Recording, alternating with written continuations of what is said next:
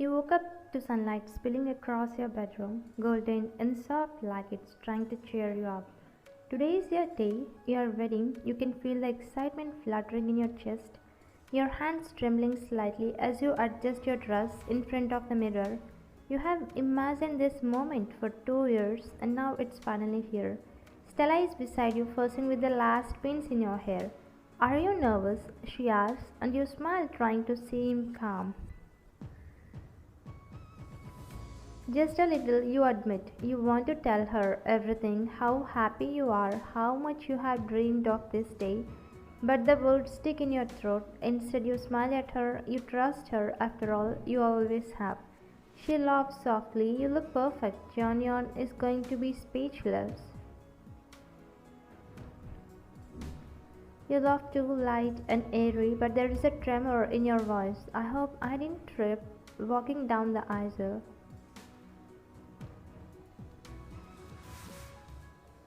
Everything feels perfect, just like in the movies. As you make your way down the grand staircase, the floor polished and gleaming, guests are waiting, flowers everywhere, music softly playing, and then you see it. Your stomach drops, you freeze mid-step. There they are, Jonyon and Stella, not holding hands politely, not sharing a quiet joke, but leaning into each other, lips meeting in a kiss so deliberate, so intimate, that it steals the breath from your lungs.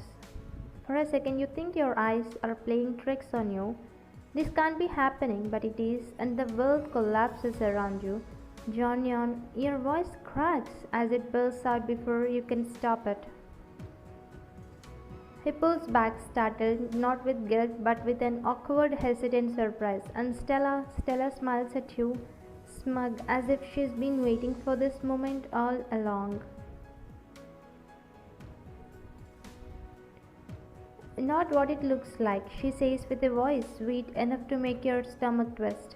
But it is what it looks like. You can't breathe. You feel the sting of tears, the humiliation, the betrayal slicing through you sharper than any knife.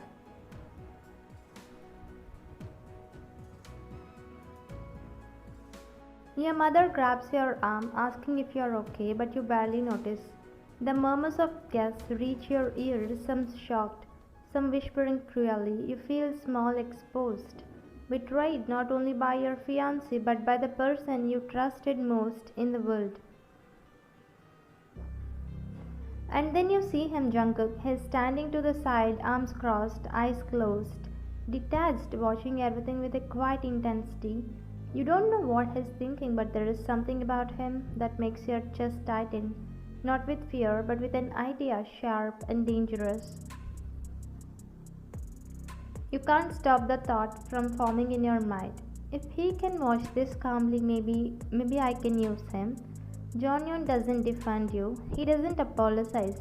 Stella laughs again, cruel and victorious, and your heart shatters into pieces you're not sure you can ever pick up. But even in that devastation, a seed of resolve grows. You may have lost everything today, your fiancé, your best friend, the life you imagined, but you haven't lost yourself, not entirely.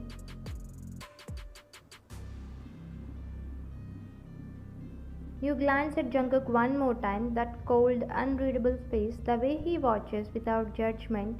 It sparks a determination you didn't know you had. They think they have won, they have seen anything yet. And as the whispers of shock just fade around you, you realize something terrifying and thrilling. Your life is about to change, not because of love, not because of fate, but because of you.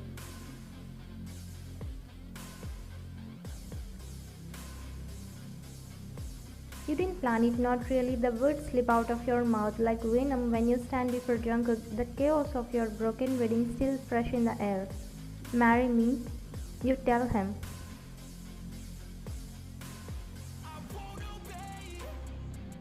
For a moment you think he will laugh, that he will walk away shaking his head at your desperation, but Jungkook doesn't laugh. He doesn't even blink. His dark eyes just hold yours, steady and unreadable. If that's what you want, he says flatly.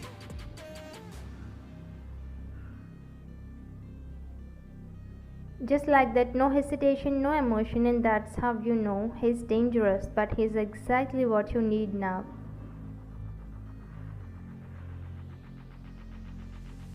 The news spread like wildfire, guest whispers in scandalized tones. Some call you reckless, other calls you shameless. And when Jonyon and Stella hear, they laugh. How long do you think it will last? Stella sneers, her voice carrying across the hall. He's cold. He doesn't even know how to love.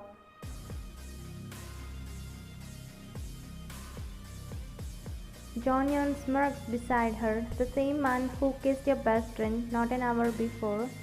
She won't survive a week in that house. You hear every word, you let it burn inside you because this isn't about survival, it's about revenge, about showing them you're not someone who crumbles. The marriage happens quickly, almost ruthlessly. No flowers, no vows, just paper signed in silence. Jungkook spends scratching across the page like it means nothing to him, and maybe it does, but to you it means everything. It's your declaration of war. Living with him is strange. The house is vast, elegant, and cold just like him. Jungkook barely speaks. He comes home late, his tie loose and his jaw tight from endless work. He eats in silence, retreats to his study, and leaves you alone in the echoing halls. But for all his distance, he's respectful. He doesn't invade your space. He doesn't belittle you. He's just absent, like a ghost moving through his own home.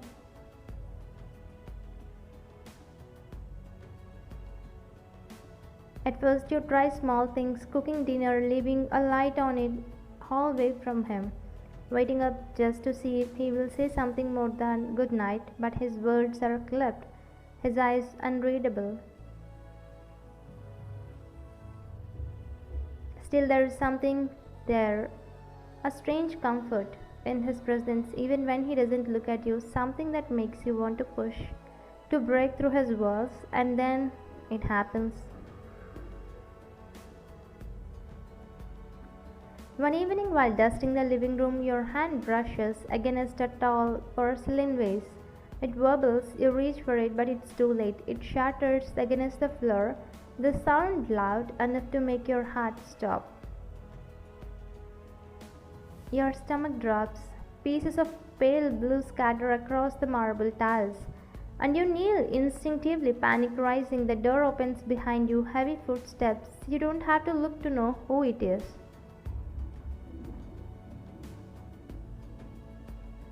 What happened? Jungkook's voice is sharper than you have ever heard. I'm sorry, I didn't mean to. You stammer, clutching a broken shard in your hand.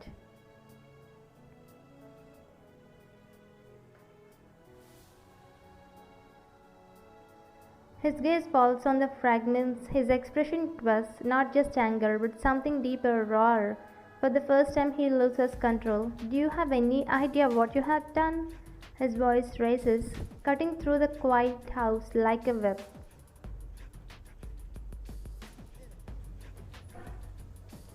You flinch. You have never heard him shout before. He's always been calm, collected, untouchable. But now he looks like someone unraveling.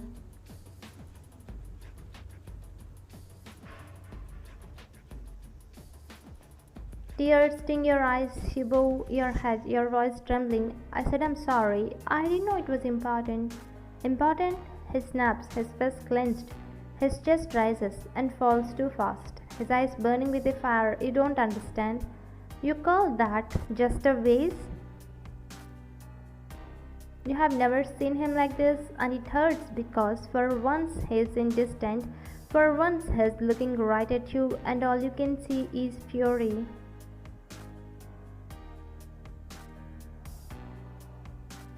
The silence afterward is suffocating. He runs a hand through his hair, turning away as if even looking at you is too much.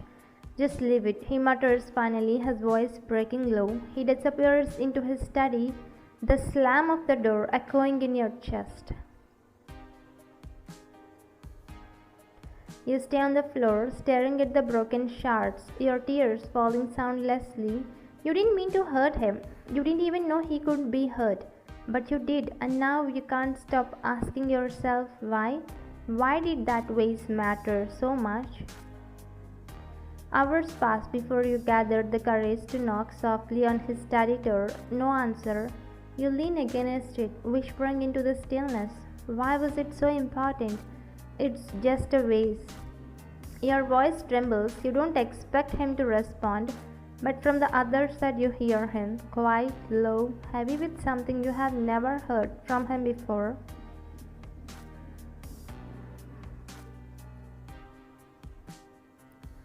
It was hers, he says, my girlfriend's. She gave it to me before she died in the accident. The words hit you like thunder. You freeze, your breath catching in your throat, and suddenly it makes sense. The coldness, the silence, the words he is built around himself. You didn't say anything, you can't. The weight of his grief fills the space between you, heavier than any silence before. For the first time, you realize this marriage isn't just about your revenge. There is a whole story behind Jungkook's distance. A story you have only just begun to uncover, and deep down, something shifts inside you. 2 days passed after the vase incident, 2 days of quiet meals and silent evenings where words hovered between you and Jungkook like ghosts, but never landed. He went to work early, came home late. He stayed in the mansion, moving carefully, afraid of touching anything that might carry another memory you didn't know about. But the weight inside you only grew heavier. Finally, on the third night, you couldn't hold it in. You found him in his study, papers spread across the desk. The faint smell of coffee in the air. He looked up when you entered, his gaze steady but unreadable. Jungkook, you said, your voice breaking the silence. Why did you marry me? His pen stilled. He leaned back in his chair, eyes darkening with something you couldn't name. You already know.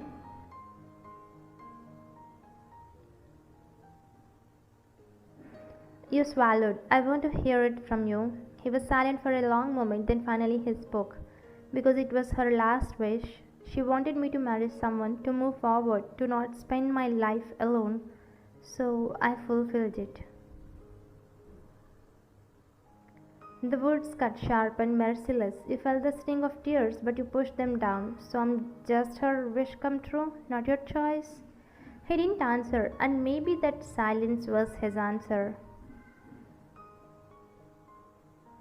You laughed bitterly, shaking your head. Of course not, because I married you for revenge, to hurt your brother, to humiliate Stella, that's all. I didn't think about what it would mean for you. I just wanted to escape the shame, and you have reason. Great. For a second, something flickered in his eyes, pain maybe or recognition. Two broken people, that's all you were. But then instead of turning away, you stepped closer. But Jungkook, what if we stop living in the shadows of other people? What if we stop being chained to revenge and to ghosts? What if we try to building something that's ours? Your voice softened, trembling with the weight of your own courage. Why don't we try this relationship, not as her wish, not as my revenge, but as two people who could make a future together?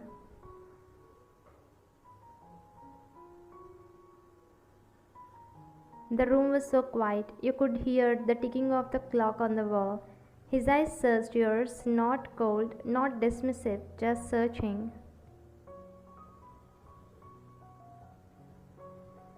And finally he spoke, low and steady. You really think we could? You nodded. Yes, we're already broken, but maybe we can heal together.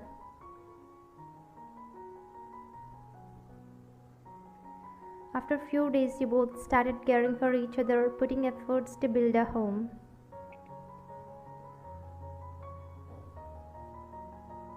It didn't happen overnight. Jungkook didn't suddenly turn warm, and you didn't suddenly forget the sting of betrayal, but things shifted little by little.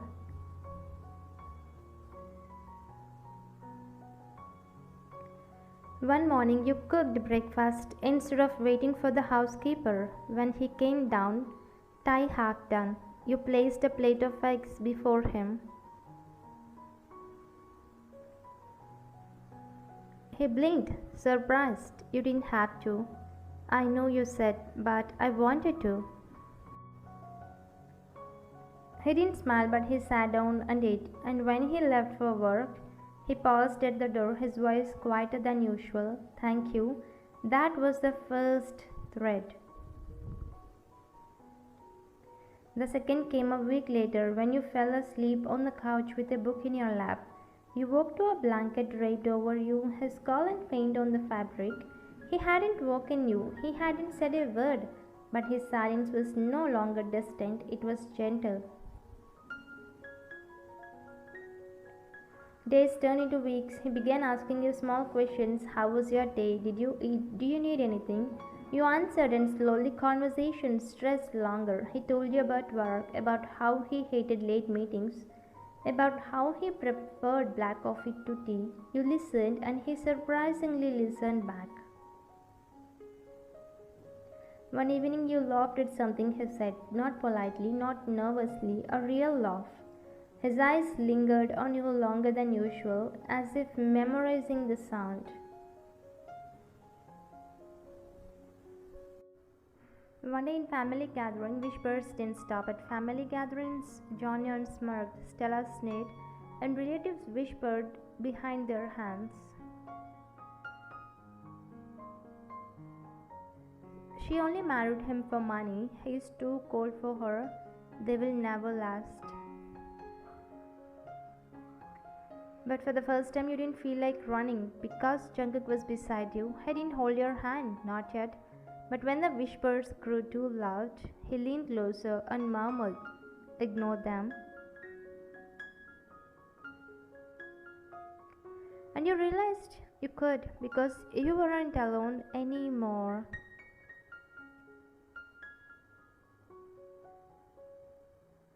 Slowly, piece by piece, you and Jungkook began to build something new. Not revenge, not obligation, not ghosts of the past.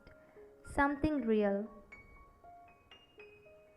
You cooked together on weekends, you argued playfully about which movies to watch, you teased him when he worked too late. And to a surprise, he sometimes listened, he started to smile more quietly like he was learning how all over again. And one morning, when you caught your reflection in the mirror, you realized you didn't look broken anymore, you looked alive. And when Jungkook came up behind you, resting his hand gently on your shoulder, his eyes softer than you had ever seen, you realized, so did he. Not her wish, not your revenge, your marriage was becoming something else entirely, a choice now. It happened on an ordinary evening. You and Jungkook had gone out for dinner, something simple, quiet, the kind of thing that had slowly become your favorite. The restaurant was warm, candlelight flickering across polished tables, soft music humming in the background. And then you heard it, raised voices, a familiar one, John Humes. You turned and there he was at the far corner, his face red with fury. Across from him sat Stella, and beside her another man, his arm draped casually around her chair, his smirk mocking. You lied to me? John roared, slamming his hand against the table. After everything, I left her for you. Stella's voice was sharp, defensive. And I told you, John, I don't belong to anyone. You were just convenient. Gas spread across the restaurant. People stared, phones lifted to record. John's humiliation was on full display, just as yours had once been. You glanced at Jungkook. He didn't move, didn't speak, just watched with that same calm, unreadable expression, but you stood. For once your voice was the one that cut through the air.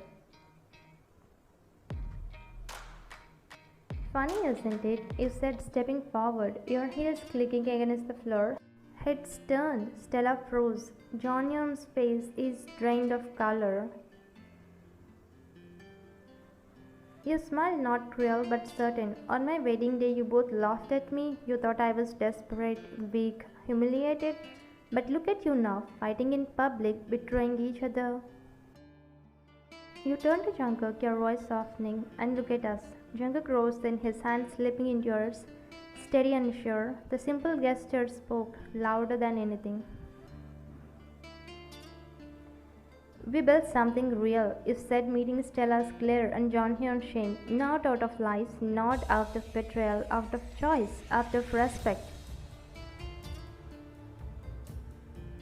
The fishbirds in the restaurant grew this time, not about your shame, but about theirs. Stella pushed back her chair and stormed out, her lover trailing lazily after. Jonyon stayed slumped at the table, face buried in his hands. You didn't gloat further. You didn't need to. The sight of you and Jungkook standing together was humiliation enough. And as you walked out of the restaurant, Jungkook's hand warm in yours, you realized your revenge had turned into something far greater, not payback, not victory. Thank you for watching.